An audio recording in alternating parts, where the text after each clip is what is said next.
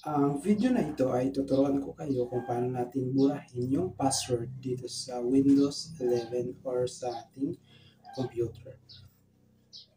So, open natin yung ating computer.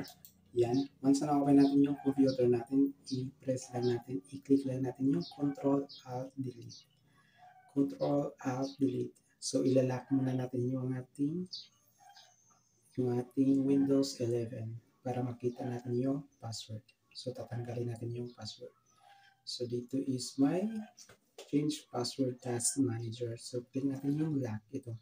So, i-click natin yung lock. Dito naman ay click natin yung enter. Enter muna natin. Yung admin is lalagyan natin yung password. So, ito yung tatanggalin natin para wala nang password pag gusto natin mag-sign in. So, ilagay natin yung old password natin. Tapos, click natin yung submit. Dito ay click natin yung Control-Alt-Delete. Balik tayo sa lock option.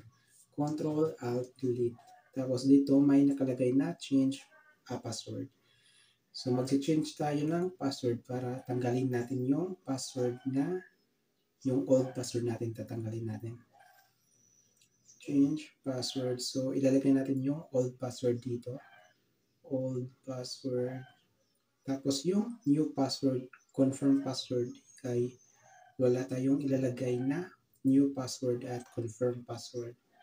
Ang ilalagay lang natin is yung old password. Tapos click natin yung submit or arrow. So wala na tayong ilalagay sa dito sa new password.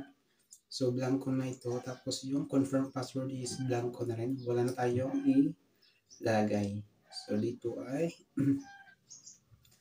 click na lang natin yung submit. Once na na-click na yung submit, ma-change na yung ating password dito sa Windows 11 or sa computer natin. Changing password. Your password has been changed. Yan. So, ibig sabihin nun is na-change na yung ating password. So, Control-Alt-Delete. Click natin yung Control-Alt-Delete.